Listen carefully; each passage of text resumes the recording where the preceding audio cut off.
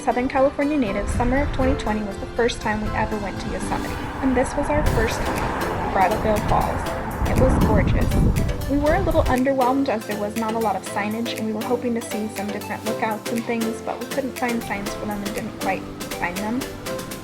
All in all, it was still a great first adventure.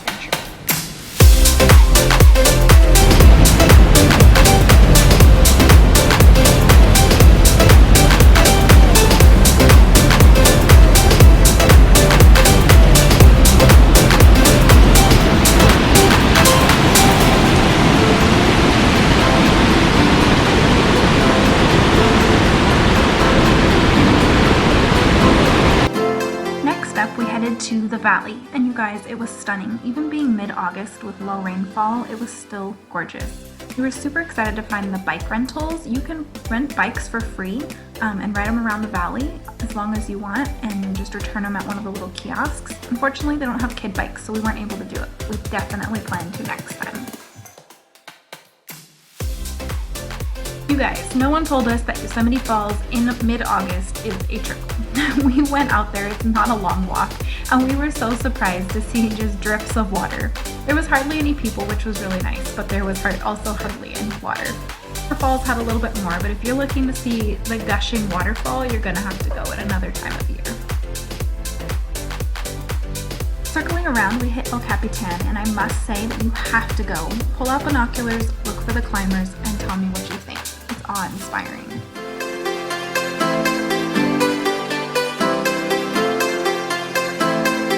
Next up, we went to Tunnel View, and this viewpoint is amazing. It's fantastic during the day, it's fantastic at night. You definitely should go and look at the stars because they're totally gorgeous at night, but it's also a great view during the day. We also heard about a tunnel within a tunnel, so we walked into the tunnel and found the other tunnel and went out to a little viewpoint. It's not a phenomenal view, but it was something fun to do.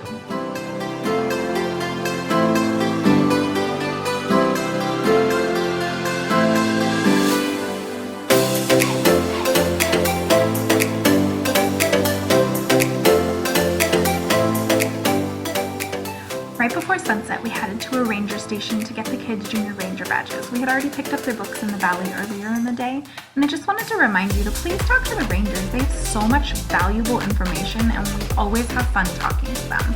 Plus, the ranger program is super cool.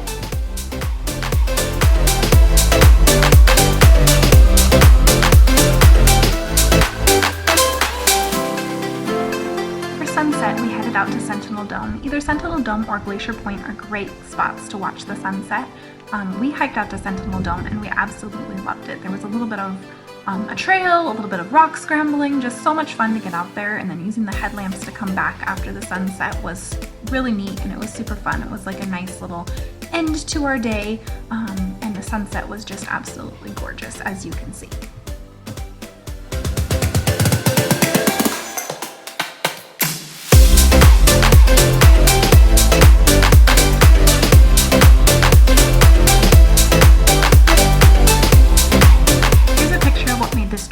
We were on a road trip, but because our kids were still in virtual school, we were able to travel like this. We stayed at the Yosemite Riverside Inn, which is outside of the park.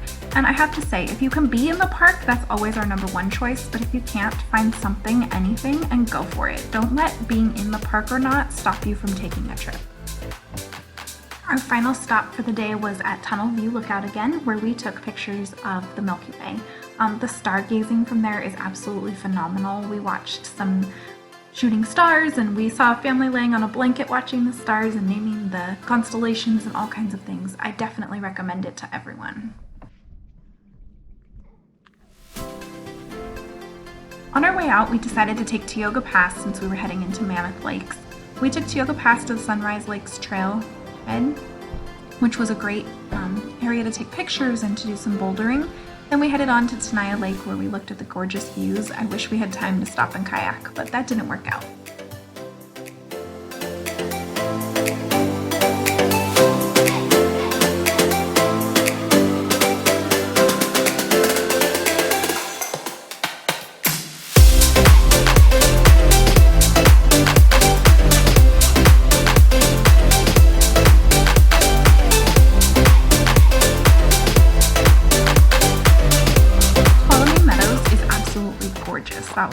probably my favorite spot. It was full of wildflowers. There were hardly any people. The water was just crystal clear. We also went to Soda Springs, which was really funny. It's not quite worth it in my opinion, but it was definitely something interesting to see. And if you're in that area, definitely take a look.